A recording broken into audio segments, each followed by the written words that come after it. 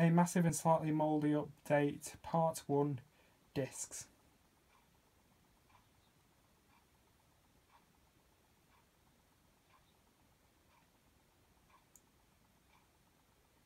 Ten, 9, 8, 7, 6, 5, 4, 3.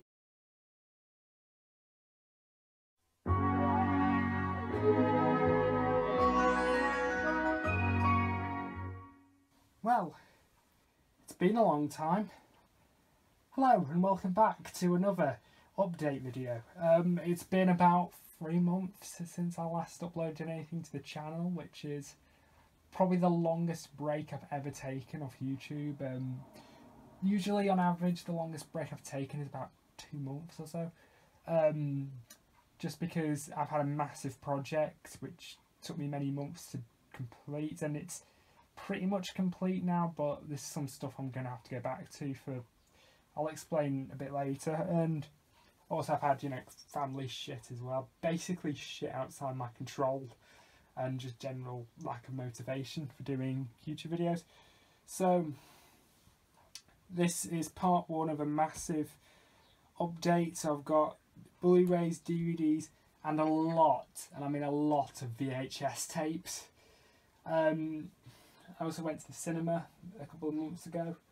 I don't have a ticket to show you what I saw because, once again, I think they're doing away with paper tickets. But I went to see, back in March, The Batman. I saw it as an early birthday present. My birthday was about 3 months ago, so that kind of tells you just how long ago it was. But yeah, it was a very good film, and a lot better than I thought it was going to be, because I'm not really into the Bond sort of Batman films. I really couldn't stand the Nolan trilogy, and I couldn't be bothered with any of the other ones after that. But I thought it was very good, a very good film. One thing I liked about it was the fact they brought back the detective element. He was a bit more of a detective in it, because in basically a lot of the other dark and serious versions of Batman, his brand of detective skills basically involves punching people very hard and maybe some kicking as well. There's some parts of it I wasn't keen on, like the Penguin. He was absolutely wasted. I'm sorry, but I tend to prefer the Danny DeVito sort of Penguin. I believe they're doing like a TV show or something with the Penguin, but in the film, he was just absolutely wasted. Catwoman I wasn't the biggest fan of. She was just sort of there. And I don't know, I preferred Catwoman when she's a villain. I mean, this new version of Catwoman, I can't remember what the hell who played her. She did a good job, and she was a lot better than fucking Anne Hathaway, that's for damn sure. But to be honest, no one could beat Michelle Pfeiffer. And also the Riddler looked like a fucking gimp. Why the hell does Riddler he looks like a gimp, the Riddler. It's just ridiculous. Who the hell looks at that costume and thought, yes, that's fine, that's really good for our dark and menacing character? It just looks laughable. But also I'll say, what the hell is his face? Robert Pattinson, he does a really good job as Batman. Everybody hates him because he was in Twilight, but I thought he was a very good actor. He was very good at playing Batman. He was a lot less over the top than Bale was. Okay, so that was the Batman. Now I move on to the items where I actually have a physical copy to show you. So first up we have Halloween 3, Season of the Witch. I forgot to bring my DVD copy up, but never mind. This is a film I bought on DVD back in December. However, I've basically offloaded that DVD copy because, to my annoyance, I found out that the UK DVD is actually very heavily cut. They removed a lot of the more sort of gruesome moments for some reason, and also it's slightly cropped. The film was shot in 235:1, but the DVD's in 185:1, so you're losing a bit of the picture. So and what's more frustrating is the cuts weren't even like made by the BBFC. The BBFC were fine. It was the distributors who always seem to pre-cut it for some reason, which is just really fucking irritating. Avoid the UK DVD like the plague. So I ended up ultimately biting the bullet and importing the American Blu-ray. There is an uncut DVD in the UK put out by Missing in Action, which was the first release. However, that's cropped even further, you know, to 4:3, and I believe the transfer is crap, so this is probably the better version to go for. This is the Universal Blu-ray from, I think, 2013. It has been released a couple of times by Shout Factory. I believe the Shout Factory release is probably region locked. This one doesn't have the extras, but I'll live. The transfer is very good, though all things considered, it's uncut and it's region free, so it'll play on my player. And here's the disc. Pretty bland disc. Next up, now we move on to some UK Blu-rays. So, first one is The Elephant Man. David Lynch film. I've really got into David Lynch sort of recently, or like a few months ago. Started watching a lot more of his films. This is, in my opinion, is probably his best film. It's slightly less bizarre than something like Eraserhead or Blue Velvet or Twin Peaks. It's a bit more conventional, but it's still a fantastic film and really quite powerful and really emotional film as well. But yeah, this is the Vintage Classics version. Comes on 2 discs. There's disc 1 and disc 2 with the extras.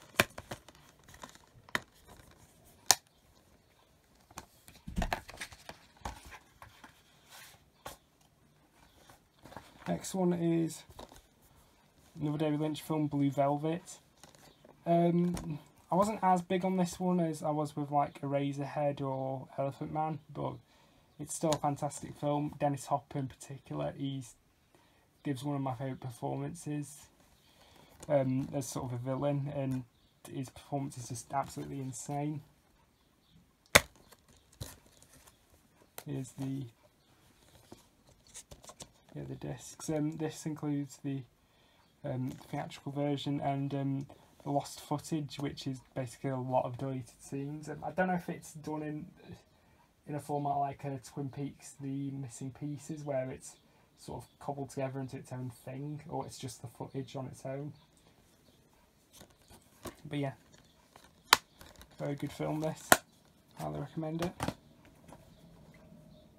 Next up we have 2 box sets. So the first one is the Cornetto Trilogy with Simon Pegg and Nick Frost. So this includes Shaun of the Dead, Hot Fuzz and The World's End. I hate it when they do that, when they put the films in the wrong order. But yeah, before this I'd seen Shaun of the Dead and Hot Fuzz, which were both great films. I prefer, my favourite is always going to be Hot Fuzz. I think I just find that one the funniest, and I think it plays the best story. But you know, Shaun of the Dead's still very good. Anyway, here are the discs. I put the discs in the correct order, so you have to ignore the noises outside. I've got my window open because it's quite blooming hot at the moment. Yeah. Shaun of the Dead, Hot Fuzz and World's End. World's End I thought was okay. I thought it was decent, it was good fun for what it was, but I don't know, it's just kind of didn't really have the oomph to it. It just didn't really have that thing, you know, that the other two had, and also Sam Pegg's character was an absolute twat, which I get that's the whole point, but you know, it kind of gets a bit grating after a while. But yeah.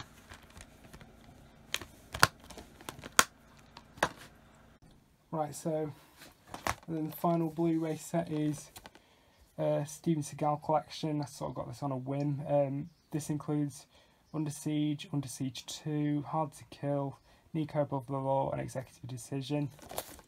I'm not the biggest fan of Steven Seagal, kind of as far as an action star and also as a person, because I believe he's quite a nasty, sort of horrible person in real life. But I do enjoy a lot of his early films. Now he's basically just shitting out direct-to-DVD films. But yeah, this is some of his earlier works. But yeah. Unfortunately, these Blu-rays are uncut. A lot of Steven Seagal films, BBFC were buggers for cutting Steven Seagal films back in the day.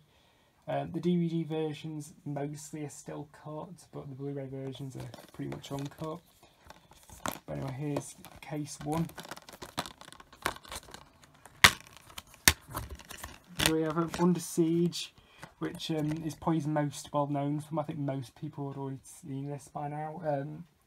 Yeah, very good. One of the better sort of Die Hard clones. It's obviously nowhere near as good as Die Hard, and not even as good as Speed, but it's still a very good action film. You know, Tommy Lee Jones and Gary Busey, you know, great villains. And if you've ever rented Under Siege on video back in the 90s or whatever, it's almost a guarantee that the tape would have tracking issues during the cake scene. Yeah. And when I first watched Under Siege, I was like, what the hell is this cake scene doing there? And I'm not going to explain what happens in it, but you know, it's just kind of felt a bit gratuitous for the sake of being gratuitous, you know, even for an action film. Under Siege 2, not as good as the first one, I don't think. I need to watch it again, but I still thought it was. I thought it was decent. Eric Bogosian plays one of the villains. Eric Bogosian, you know, is an actor. I need to check out more of his work because, you know, because I know him from the film Talk Radio, where he played the character Barry Champlain. And his performance in that film is incredible, and his performance is actually very good in Under Siege 2 as well. Hard to Kill, which the first time I actually saw this film was actually on this Blu-ray set. I'd seen a lot of these films prior. I actually do think it's very good and a bit overlooked. A very good action film. Very sort of overlooked in Seagal's filmography. It's not perfect, but it's still a very good film. Then we have part 2. So we have Nico, Above the Law, or in the UK it was just called Nico, but in the rest of the world it was called Above the Law. I believe it's because there was another film which came out around the same time which had the same title, so they in the UK they changed the name. This Blu-ray uses both names, although it's the US master because it still says Above the Law at the start. It's a decent little action film. It's definitely a very good way, for Steven Seagal to start off his career. A bit convoluted plot-wise, but there are definitely a lot of great scenes. The bit when he's on top of the car, that bit definitely comes to mind as being one of my favourite bits. And then we have Executive Decision, which came out sort of near the end of sort of Steven Seagal's golden age. Actually, no, his golden age had ended at Under Siege. But what was kind of surprising is the fact that Seagal is barely in it. You know, he's. I think a lot of people kind of know this, so I don't think I'm spoiling it. But he gets killed off very early on. It's more of a Kurt Russell film than a Steven Seagal film. It's quite ballsy, for them to kill him off. Because he had a massive ego and he still does. But yeah, this is a very good film, another sort of Die Hard clone. But this one's set on a plane. I think, in terms of the Die Hard clone set on a plane, I think I probably prefer this over Air Force One. But Air Force One's good fun, even if it is blatant pro-US propaganda. But yeah. Very good film, Executive Decision. So now I move on to the DVDs, which I've only got 3. We've got another Steven Seagal film, and that is Out for Justice. This this is one that wasn't in the box set. Fortunately, the DVD version of this film is uncut. I believe the VHS version was cut, but the DVD's uncut.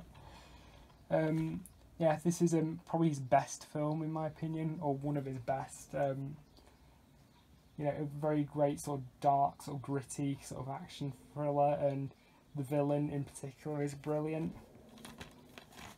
It's kind of a shame it's not on the Blu-ray set, but oh well, I'm having the DVD.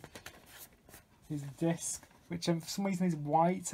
With a lot of these sort of early Warner discs, they normally had it, you know, silver. You know, it was the silver disc with the printing on it, but this one's got a white backdrop. Initially, I got a bit worried and thought I got a bootleg or something, but I don't think I have, because the hologram is on here and it's, you know, proper nice hologram. It moves stuff, and also on the shrink wrap, it's got it new and sealed. It had the Warner Brothers sort of wraparound thing, which suggests to me this isn't a bootleg, but just kind of a rare variant. I've seen another variant of this on eBay, which has the white disc. So yeah, that is Out for Justice. The next one is a very good film, Arachnophobia.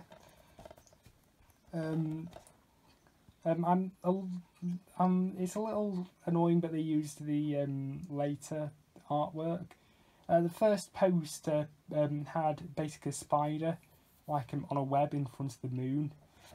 This doesn't have that, which is a bit annoying because it kind of doesn't tell you what the film's about, unless you know what arachnophobia means, which arachnophobia means fear of spiders. But yeah, this is a very, very good film. This definitely recommend it.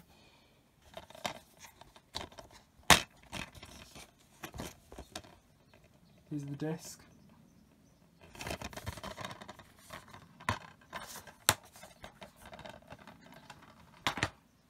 Then the final DVD is the Kentucky Fried Movie, from the creators of Airplane, Hot Shots and the Naked Gun, and by John Landis, director of Animal House, Trading Places and the Blues Brothers. Features the Fistful of Yen. This is a really funny film. It's very politically incorrect, which, you know, make of that what you will. I think some of the sketches can be a bit hit and miss. Like there's this one sketch which was based in a courtroom, which went on for too long and was just really unfunny. But you know, the stuff like Fistful of Yen, you know, the Enter the Dragon piss take is just fantastic. This is the Boulevard Entertainment release. I got the one which has the thin spine, which is quite sort of novel. I believe this uses the same master as the Arrow release and as the first Arrow release, and I believe the Prism Leisure release as well. The disc is just bland and white. This includes the film presented in both open matte and also widescreen, which is a bit bizarre, but there you go. This version of the film is uncut. I believe the VHS version cut out the bits with Nunchaku because James Furman. Some people claim that the first release by Arrow is cut. I don't think it is, because a friend of mine's got the original Arrow release and his copy's uncut. So yeah. Okay, so that was it. That was everything. So I'll move on to my VHS update shortly. Take care.